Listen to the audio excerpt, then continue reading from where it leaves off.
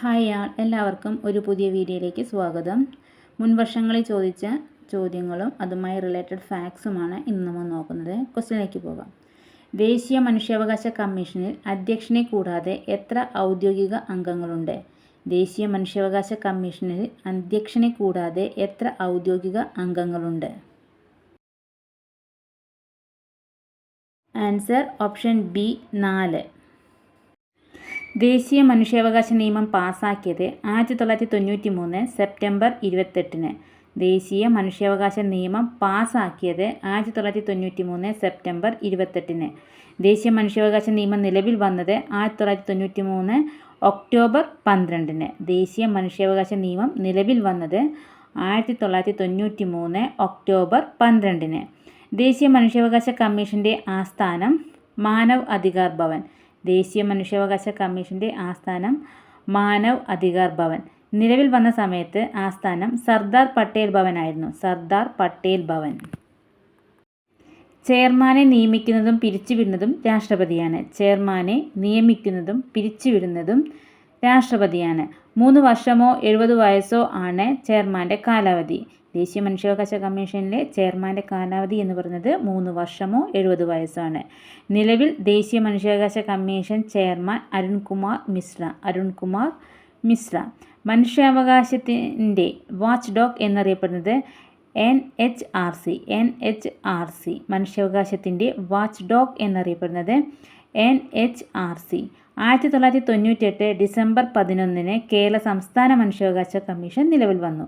1998 December 11 Kerala സംസ്ഥാന മനുഷ്യാവകാശ commission നിലവിൽ വന്നു. അപ്പോൾ ദേശീയ മനുഷ്യാവകാശ കമ്മീഷനിലെ ചെയർമാനെ നിയമിക്കുന്നതും പിരിച്ചുവിടുന്നതും രാഷ്ട്രപതിയാണ്. 3 വർഷമോ 70 വയസ്സോ ആണ് ചെയർമാൻ്റെ കാലാവധി. നിലവിൽ ദേശീയ മനുഷ്യാവകാശ കമ്മീഷൻ ചെയർമാൻ അരുൺകുമാർ മിശ്ര. മനുഷ്യാവകാശത്തിൻ്റെ വാച്ച് ഡോഗ് എന്നറിയപ്പെടുന്നത് NHRC. 1998 ഡിസംബർ 11 കേരള സംസ്ഥാന മനുഷ്യാവകാശ കമ്മീഷൻ നിലവിൽ വന്നു. സംസ്ഥാന മനുഷ്യാവകാശ കമ്മീഷൻ ചെയർമാൻ ആകാനുള്ള യോഗ്യത ഹൈക്കോടതി ചീഫ് ജസ്റ്റിസ് അല്ലെങ്കിൽ ജഡ്ജിയായിരിക്കണം. സംസ്ഥാന മനുഷ്യാവകാശ കമ്മീഷൻ ചെയർമാൻ ആകാനുള്ള യോഗ്യത ഹൈക്കോടതി ചീഫ് ജസ്റ്റിസ് അല്ലെങ്കിൽ ജഡ്ജായിരിക്കണം. സംസ്ഥാന മനുഷ്യാവകാശ കമ്മീഷൻ ചെയർമാനെയും അംഗങ്ങളെയും നിയമിക്കുന്നത് ഗവർണറാണ്. സംസ്ഥാന മനുഷ്യാവകാശ കമ്മീഷൻ ചെയർമാനെയും അംഗങ്ങളെയും നിയമിക്കുന്നത് ഗവർണറാണ്. സംസ്ഥാന മനുഷ്യാവകാശ കമ്മീഷൻ ചെയർമാനെയും അംഗങ്ങളെയും നീക്കം ചെയ്യുന്നത് പ്രസിഡന്റ്. സംസ്ഥാന മനുഷ്യാവകാശ കമ്മീഷൻ ചെയർമാനെയും അംഗങ്ങളെയും നീക്കം ചെയ്യുന്നത് പ്രസിഡന്റ്. അപ്പോൾ സംസ്ഥാന മനുഷ്യാവകാശ കമ്മീഷൻ ചെയർമാൻ ആകാനുള്ള യോഗ്യത ഹൈക്കോടതി ചീഫ് ജസ്റ്റിസ് ഓർ ജഡ്ജി ആയിരിക്കണം. സംസ്ഥാന മനുഷ്യാവകാശ കമ്മീഷൻ ചെയർമാനെയും അംഗങ്ങളെയും നിയമിക്കുന്നത് ഗവർണർ. സംസ്ഥാന മനുഷ്യാവകാശ കമ്മീഷൻ ചെയർമാനെയും അംഗങ്ങളെയും നീക്കം ചെയ്യുന്നത് പ്രസിഡന്റ്. സംസ്ഥാന മനുഷ്യാവകാശ കമ്മീഷൻ്റെ ആദ്യ ചെയർമാൻ M പരീത് പിള്ള. സംസ്ഥാന മനുഷ്യാവകാശ കമ്മീഷൻ്റെ ആദ്യ ചെയർമാൻ പരീത് പിള്ള. സംസ്ഥാന മനുഷ്യാവകാശ കമ്മീഷനിലെ നിലവിലെ ചെയർമാൻ ആൻ്റണി ഡൊമിനിക്. സംസ്ഥാന മനുഷ്യാവകാശ കമ്മീഷനിലെ നിലവിലെ ചെയർമാൻ ആൻ്റണി ഡൊമിനിക്. അടുത്ത ക്വസ്റ്റ്യൻ. കേരളത്തിൽ അഗതികളുടെ പുനരധിവാസത്തിനായി രൂപം കൊടുത്ത സമഗ്ര വികസന പദ്ധതി. കേരളത്തിൽ അഗതികളുടെ പുനരധിവാസത്തിനായി രൂപം കൊടുത്ത സമഗ്ര വികസന പദ്ധതി. ആൻസർ ഓപ്ഷൻ ബി ആശ്രയ. ആശ്രയ പദ്ധതി നടപ്പിലാക്കുന്നത് കുടുംബശ്രീയുടെ നേതൃത്വത്തിലാണ്. ആശ്രയ പദ്ധതി നടപ്പിലാക്കുന്നത് കുടുംബശ്രീയുടെ നേതൃത്വത്തിലാണ്. മാനസികാരോഗ്യം വീണ്ടെടുത്തിട്ടും സംരക്ഷിക്കുവാൻ ആരുമില്ലാത്തവരുടെ സംരക്ഷണത്തിനുള്ള സ്ഥാപനങ്ങളാണ് ആശാഭവൻ. മാനസികാരോഗ്യം വീണ്ടെടുത്തിട്ടും സംരക്ഷിക്കുവാൻ ആരുമില്ലാത്തവരുടെ സംരക്ഷണത്തിനുള്ള സ്ഥാപനങ്ങളാണ് ആശാഭവൻ. വിധവകളുടെ പുനർവിവാഹത്തിനായി കേരള സർക്കാർ ആരംഭിച്ച പദ്ധതി മംഗല്യ. വിധവകളുടെ പുനർവിവാഹത്തിനായി കേരള സർക്കാർ ആരംഭിച്ച പദ്ധതി മംഗല്യ. കുടുംബശ്രീയുടെ തൊഴിലില്ലായ്മ നിർമ്മാർജ്ജന പദ്ധതി കേരളശ്രീ. കുടുംബശ്രീയുടെ തൊഴിലില്ലായ്മ നിർമ്മാർജ്ജന പദ്ധതി കേരളശ്രീ. അപ്പോൾ ആശ്രയ പദ്ധതി നടപ്പിലാക്കുന്നത് കുടുംബശ്രീയുടെ നേതൃത്വത്തിലാണ്. മാനസികാരോഗ്യം വീണ്ടെടുത്തിട്ടും സംരക്ഷിക്കുവാൻ ആരുമില്ലാത്തവരുടെ സംരക്ഷണത്തിനുള്ള സ്ഥാപനമാണ് ആശാഭവൻ. വിധവകളുടെ പുനർവിവാഹത്തിനായി കേരള സർക്കാർ ആരംഭിച്ച പദ്ധതി മംഗല്യ. കുടുംബശ്രീയുടെ തൊഴിലില്ലായ്മ നിർമ്മാർജ്ജന പദ്ധതി കേരളശ്രീ. ജനകീയ പദ്ധതി എന്നറിയപ്പെടുന്ന പഞ്ചവത്സര പദ്ധതി. ജനകീയ പദ്ധതി എന്നറിയപ്പെടുന്ന പഞ്ചവത്സര പദ്ധതി. ആൻസർ ഓപ്ഷൻ ഡി 9ാം പഞ്ചവത്സര പദ്ധതി. ജനകീയ പദ്ധതി 9ാം പഞ്ചവത്സര പദ്ധതി. 1938 ദേശീയ ആസൂത്രണ സമിതി ജവഹർലാൽ നെഹ്റുവിൻ്റെ നേതൃത്വത്തിൽ രൂപീകരിച്ചു. 1938 ദേശീയ ആസൂത്രണ സമിതി ജവഹർലാൽ നെഹ്റുവിൻ്റെ നേതൃത്വത്തിൽ രൂപീകരിച്ചു. 1950 മാർച്ച് 15-നാണ് ആസൂത്രണ കമ്മീഷൻ രൂപീകരിച്ചത്. 1950 മാർച്ച് 15-നാണ് ആസൂത്രണ കമ്മീഷൻ രൂപീകരിച്ചത്. പഞ്ചവത്സര പദ്ധതി എന്ന ആശയം ഇന്ത്യ കടമെടുത്തിരിക്കുന്നത് സോവിയറ്റ് യൂണിയനിൽ നിന്നാണ്. പഞ്ചവത്സര പദ്ധതി എന്ന ആശയം ഇന്ത്യ കടമെടുത്തിരിക്കുന്നത് സോവിയറ്റ് യൂണിയനിൽ നിന്നാണ്. പഞ്ചവത്സര പദ്ധതിക്ക് അന്തിമ അംഗീകാരം നൽകുന്നത് ദേശീയ വികസന സമിതിയാണ്. പഞ്ചവത്സര പദ്ധതിക്ക് അന്തിമ അംഗീകാരം നൽകുന്നത് ദേശീയ വികസന സമിതിയാണ്, നാഷണൽ ഡെവലപ്മെൻറ്റ് കൗൺസിൽ. ദേശീയ വികസന സമിതി നിലവിൽ വന്നത് 1952-ലാണ്. ദേശീയ വികസന സമിതി നിലവിൽ വന്നത് 1952-ലാണ്. അപ്പോൾ 1938 ദേശീയ ആസൂത്രണ സമിതി ജവഹർലാൽ നെഹ്റുവിൻ്റെ നേതൃത്വത്തിൽ രൂപീകരിച്ചു. 1950 മാർച്ച് 15-ന് ആസൂത്രണ കമ്മീഷൻ രൂപീകരിച്ചു. പഞ്ചവത്സര പദ്ധതി എന്ന ആശയം ഇന്ത്യ കടമെടുത്തിരിക്കുന്നത് സോവിയറ്റ് യൂണിയനിൽ നിന്നാണ്. പഞ്ചവത്സര പദ്ധതിക്ക് അന്തിമ അംഗീകാരം നൽകുന്നത് ദേശീയ വികസന സമിതിയാണ്, national development council. National development council നിലവിൽ വന്നത് 1952-ലാണ്. പഞ്ചവത്സര പദ്ധതികൾ. 1ാം പഞ്ചവത്സര പദ്ധതി കാലയളവ് 1951 to 56. പ്രധാന ലക്ഷ്യം എന്ന് പറയുന്നത് കാർഷിക മേഖലയുടെ സമഗ്ര വികസനം. അപ്പോൾ 1ാം പഞ്ചവത്സര പദ്ധതി 1951 to 56. പ്രധാന ലക്ഷ്യം കാർഷിക മേഖലയുടെ സമഗ്ര വികസനം. 2ാം പദ്ധതി 1956 to 61. 1956 to 61.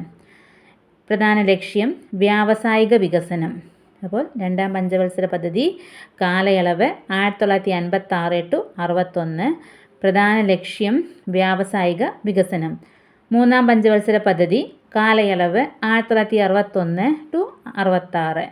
പ്രധാന ലക്ഷ്യം ഭക്ഷ്യ സ്വയം പര്യാപ്തത, അതുപോലെ സമ്പദ് വ്യവസ്ഥയുടെ സ്വയം പര്യാപ്തത. 3ാം പഞ്ചവത്സര പദ്ധതിയുടെ കാലയളവ് 1961 to 66. പ്രധാന ലക്ഷ്യം ഭക്ഷ്യ സ്വയം പര്യാപ്തത, അതുപോലെ സമ്പദ് വ്യവസ്ഥയുടെ സ്വയം പര്യാപ്തത. 4ാം പഞ്ചവത്സര പദ്ധതി കാലയളവ് 1969 to 74. പ്രധാന ലക്ഷ്യം സ്ഥിരതയോട് കൂടിയ വളർച്ച, അതുപോലെ സ്വാശ്രയത്വം. അപ്പോൾ പഞ്ചവത്സര പദ്ധതികൾ: ഒന്നാം പഞ്ചവത്സര പദ്ധതി കാലയളവ് 1951 to 56, കാർഷിക മേഖലയുടെ സമഗ്ര വികസനം. 2ാം പദ്ധതി 1956 to 61, ലക്ഷ്യം വ്യാവസായിക വികസനം. 3ാം പദ്ധതി 1961 to 66, ലക്ഷ്യം ഭക്ഷ്യ സ്വയം പര്യാപ്തത, സമ്പദ് വ്യവസ്ഥയുടെ സ്വയം പര്യാപ്തത. 4ാം പദ്ധതി കാലയളവ് 1969 to 74, പ്രധാന ലക്ഷ്യം സ്ഥിരതയോടുകൂടിയ വളർച്ച, അതുപോലെ സ്വാശ്രയത്വം. 5ാം പദ്ധതി 1974, കാലയളവ് 1974 to 79, പ്രധാന ലക്ഷ്യം ദാരിദ്ര്യ നിർമ്മാർജ്ജനം. 6ാം പദ്ധതി കാലയളവ് 1980 to 85, പ്രധാന ലക്ഷ്യം കാർഷിക വ്യാവസായിക മേഖലയുടെ അടിസ്ഥാന സൗകര്യം മെച്ചപ്പെടുത്തൽ. 6ാം പദ്ധതി കാലയളവ് 1980 to 85, ലക്ഷ്യം കാർഷിക വ്യാവസായിക മേഖലയുടെ അടിസ്ഥാന സൗകര്യം മെച്ചപ്പെടുത്തൽ. 7ാം പദ്ധതി കാലയളവ് 1985 to 90, പ്രധാന ലക്ഷ്യം ആധുനികവൽക്കരണം, തൊഴിലവസര വർധനവ്. അപ്പോൾ 7ാം പദ്ധതി 1985 to 90, ലക്ഷ്യം ആധുനികവൽക്കരണം, തൊഴിലവസര വർധനവ്. 8ാം പദ്ധതി 1992 to 97, കാലയളവ് 1992 to 97, പ്രധാന ലക്ഷ്യം മാനവശേഷി വികസനം.